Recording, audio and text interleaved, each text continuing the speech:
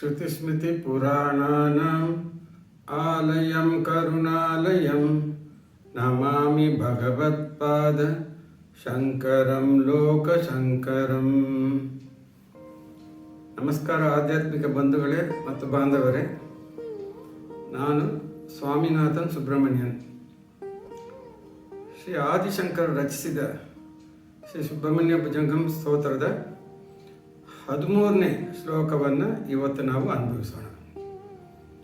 ಶ್ಲೋಕ ಈ ಥರ ಇದೆ: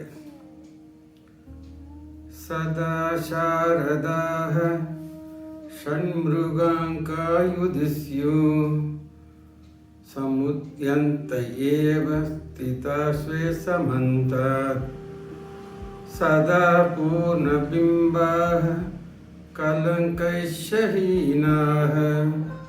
ತದಾ ತ್ವನ್ಮುಖಾನಾಂ ಬ್ರುವೇ ಸ್ಕಂದಸಾಮ್ಯಂ ಬ್ರುವೇ ಸ್ಕಂದಸಾಮ್ಯಂ.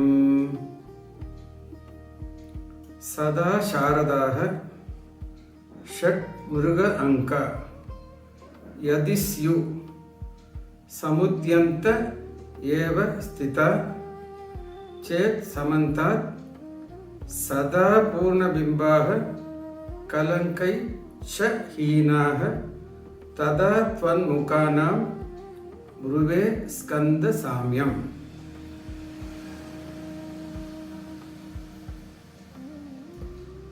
ಈ ಶ್ಲೋಕದಲ್ಲಿ ಆದಿಶಂಕರರು ಸುಬ್ರಹ್ಮಣ್ಯನ ಮುಖವರ್ಣನೆ ಮಾಡ್ತಾರೆ. ಸಾಮಾನ್ಯವಾಗಿ ಮುಖವರ್ಣನೆ ಮಾಡುವಾಗ ಅದನ್ನು ಪೂರ್ಣಚಂದ್ರನಿಗೆ ಅಥವಾ ಅರಳಿದ ಕೆಂಪು ಕಮಲ ಹೂವಿಗೆ ಹೋಲಿಸ್ತಾರೆ. ಈ ಶ್ಲೋಕದಲ್ಲಿ ಶಂಕರರು ಸುಬ್ರಹ್ಮಣ್ಯನ ಮುಖವನ್ನು ಪೂರ್ಣಚಂದ್ರನಿಗೆ ಹೋಲಿಸ್ತಾರೆ. ಹಂಗೆ ಹೋಲಿಸುವಾಗ ಈ ಒಂದು ಉಪಮೇಯ ಸೂಕ್ತವಲ್ಲ ಅಂತ ಹೇಳ್ತಾರೆ. ಚಂದ್ರನಿಗೆ ಹೋಲಿಸುವುದು ತಪ್ಪು ಅಂತ ಹೇಳ್ತಾರೆ. ಯಾಕಂದ್ರೆ ಚಂದ್ರನಿಗೆ 3 ಕಳಂಕ ಇದೆ. ಒಂದು, ಅದು ಕಳಂಕದಿಂದ ಇದೆ, ಅಂದರೆ ಪೂರ್ಣವಾಗಿ ಬೆಳ್ಳಗಿರಲ್ಲ. ಇಲ್ಲಿ ಶರತ್ಕಾಲದ ಚಂದ್ರನ ಬಗ್ಗೆ ಮಾತಾಡ್ತಾರೆ. ಅಂದರೆ ಈ ಮಳೆಗಾಲ ಮುಗಿದು ಆಕಾಶದಲ್ಲಿ ಮೋಡಗಳೆಲ್ಲ ತೆರವಾಗಿ ಚಂದ್ರ ಪ್ರಕಾಶಿಸ್ತಾನೆ.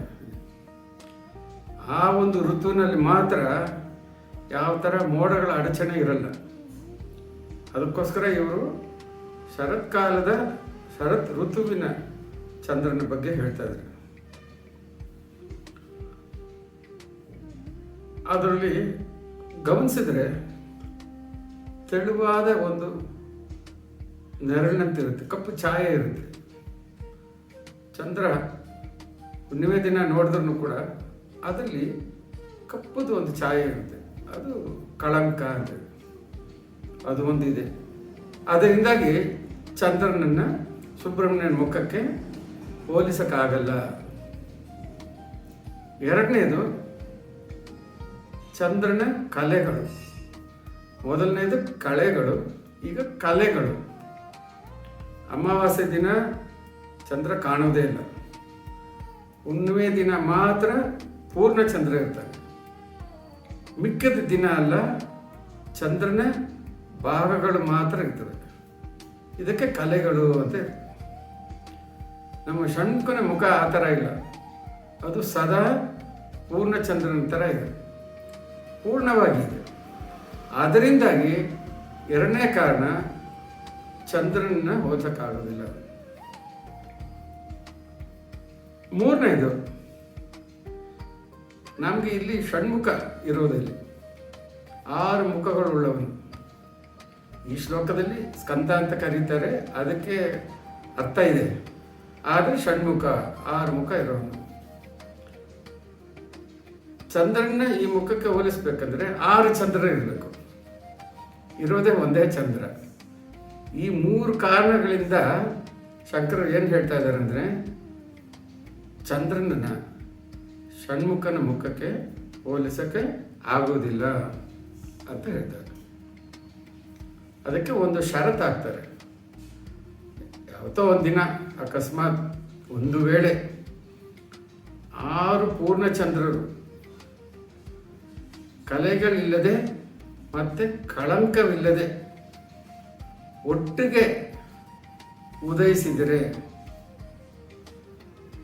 ಆಗಬೇಕಾದ್ರೆ ಈ 6 ಪೂರ್ಣಚಂದ್ರನನ್ನು ಷಣ್ಮುಖನ 6 ಮುಖಗಳಿಗೆ ಸಮ ಎಂದು ನಾನು ಹೇಳಬಹುದು ಬ್ರುವೆ ಅಂತ ಹೇಳ್ತಾರೆ. ಆ ಕೆಲಸ ಆಗೋದಿಲ್ಲ ಅಂತ ಗೊತ್ತು. ಸ್ಕಂದ ಅಂತ ಯಾಕೆ ಹೇಳ್ತಾರೆ ಅಂದರೆ, ಆಕಸ್ಮಿಕವಾಗಿ 6 ಪೂರ್ಣಚಂದ್ರರುಗಳು ಕಳಂಕವಿಲ್ಲದೆ ಕಲೆ ಇಲ್ಲದೆ ಉದಯಿಸೋದನ್ನು ಕೂಡ ಸ್ಕಂದ ಅಂದರೆ ಒಂದು ಮುಖ ಒಂದೇ ದೇಹ. ಕಾರ್ತಿಕೇಯ ಅಂತ ಕರೆದರೆ 6 ಬೇರೆ ಬೇರೆ ದೇಹಗಳು. ಷಣ್ಮುಖ ಅಂತ ಕರೆದರೆ 6 ಮುಖಗಳು 12 ಭುಜಗಳು ಒಂದೇ ದೇಹ. ಸ್ಕಂದ ಅಂತ ಕರೆದರೆ ಮಾತ್ರ ಒಂದು ಮುಖ ಒಂದು ದೇಹ. ಶಂಕರರು ಏನು ಹೇಳಕ್ಕೆ ಬಯಸಿದ್ದಾರೆ ಅಂದರೆ, 6 ಚಂದ್ರರು ಬಂದರೂ ಕೂಡ 6 ಪೂರ್ಣ ಚಂದ್ರರು ಬಂದರೂ ಕೂಡ ಷಣ್ಮುಖನ ಒಂದು ಮುಖಕ್ಕೆ ಸಮ ಆಗಲ್ಲ ಅಂತ ಹೇಳ್ತಾ ಇದ್ದಾರೆ. ಇಲ್ಲಿ ಮೇಲ್ನೋಟಕ್ಕೆ ಈ ಕಲೆಗಳು ಕಳಂಕಗಳು ಅಂತ ಇದ್ದನ್ನು ಕೂಡ ಆಧ್ಯಾತ್ಮಿಕವಾಗಿ ಅವುಗಳ ಅರ್ಥ ಬೇರೆ ಥರ ಇದೆ. ಚಂದ್ರನ ಕಳೆಗಳು ಅಂದರೆ ಸಂಸಾರದ ದೋಷಗಳು, ಅಜ್ಞಾನ, ಕಾಮ ಕ್ರೋಧಾದಿಗಳು.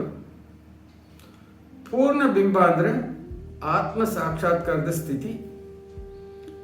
ಕಲಂಕಹೀನ ಅಂದರೆ ನಿರ್ಮಲ ಚೈತನ್ಯ. ನಿತ್ಯ ಪರಿಪೂರ್ಣ ಕಳಂಕರಹಿತ ಸದಾ ಆನಂದಮಯವಾದ ಆತ್ಮಸ್ವರೂಪವನ್ನು ಸೂಚಿಸ್ತಾ ಇದೆ. ಇದು ಭಕ್ತನ ದೃಷ್ಟಿಯಲ್ಲಿ ಸ್ಕಂದನ ಮುಖಕ್ಕೆ ಸಮಾನವಾದುದು ಬೇರೆ ಯಾವುದು ಇಲ್ಲ ಅನ್ನುವ ಭಾವ. ಅಂದರೆ ಸಾಧಕನು ಸಂಪೂರ್ಣ ನಿರ್ಮಲನಾದ ಮಾತ್ರ ಸೌಂದರ್ಯ ಮತ್ತು ಜ್ಞಾನದ ಸಾಕ್ಷಾತ್ಕಾರ ಸಾಧ್ಯ. ಅಂದರೆ ಪರಮಾತ್ಮನ ಸೌಂದರ್ಯ ಮತ್ತು ಜ್ಞಾನದ ಸಾಕ್ಷಾತ್ಕಾರ ಸಾಧ್ಯ.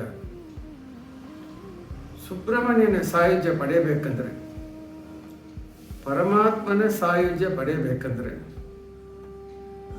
6 ಕಳಂಕಗಳು ಇರಕೂಡದು. ನಮ್ಮಲ್ಲಿ ಸಾಧಕನ ಮನಸ್ಸಿನಲ್ಲಿ ಇರಕೂಡದು. ಯಾವ್ದು? ಕಾಮ, ಕ್ರೋಧ, ಲೋಭ, ಮೋಹ, ಮದ, ಮತ್ಸರ ಇವುಗಳು ಇರಕೂಡದು. ಈ ಥರ ವಿಕಾರಗಳು ಇರಕೂಡದು. ಕಲೆಗಳು ಇರಕೂಡದು. ಅಂದರೆ ಕಲೆಗಳಂದರೆ ಬೆಳೆಯುವುದು, ಕ್ಷೀಣಿಸುವುದು. ಅದಕ್ಕೆ ಕಲೆಗಳು, ಚಂದ್ರನ ಕಲೆಗಳು ಅಂತೀವಿ. ಇಲ್ಲಿ ನಮ್ಮಲ್ಲಿ ಕಲೆಗಳು ಇರಕೂಡದು ಅಂದರೆ ದೇವರ ಮೇಲಿನ ಭಕ್ತಿಯಲ್ಲಿ, ಪ್ರೀತಿಯಲ್ಲಿ ಏರುಪೇರು ಇರಕೂಡದು. ನಮಗೆಲ್ಲ ಅನುಕೂಲವಾಗಿ ಆದರೆ ಬಹಳ ಭಕ್ತಿಯಿಂದ ಕೊಂಡಾಡ್ತೀವಿ. ಏನೋ ಕಷ್ಟ ಬಂತು ಅಂದರೆ ಭಕ್ತಿ, ಪ್ರೀತಿ ಎಲ್ಲ ಬಿಟ್ಬಿಡ್ತೀವಿ. ಈ ಥರ ಏರುಪೇರುಗಳು, ಇದಕ್ಕೆ ಕಲೆಗಳಿಗೆ ಹೋಲಿಸ್ತಾ ಇದ್ದಾರೆ. ಇದು ಯಾವುದು ಇರಕೂಡದು.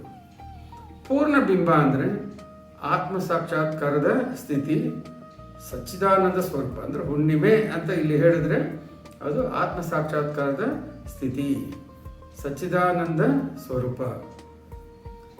ಪರಮಾತ್ಮನ ಸಾಕ್ಷಾತ್ಕಾರವೇ ಸರ್ವಸ್ವ. ಇದಕ್ಕೆ ಉಪಮಾನ ಯಾವುದು ಇಲ್ಲ ಎಂಬುದನ್ನು ಈ ಒಂದು ಶ್ಲೋಕ ತೋರಿಸ್ತದೆ. ನಾವು ಕೂಡ ಕಳಂಕವಿಲ್ಲದ ಮನಸ್ಸಿನರಾಗಿ ದೃಢಚಿತ್ತ